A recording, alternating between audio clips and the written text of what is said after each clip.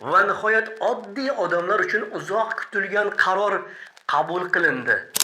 Gap shundaki, prezidentning yangi qabul qilingan qarori bilan yangi ish o'rinlari yaratish, kambag'allikni qisqartirish hamda aholi daromadini oshirish bo'yicha kam foizli kredit, subsidiya hamda moliyaviy qo'llab-quvvatlash amalga oshirilishi belgilandi.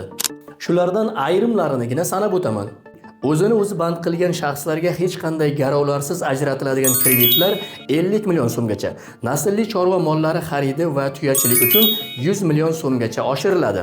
Uy mehmonxonalarini tashkil qilish hamda mahsulotlarni saqlash va qayta ishlash uchun mini texnologiyalar sotib olishga 150 million so'mgacha garovsiz kreditlar ajratiladi.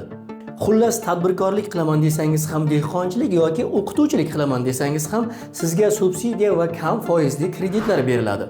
Agar like va podpisatsiya tugmasini bosgan bo'lsangiz, hujjatning to'liq matnini Telegram kanaliga joylab qo'ydik.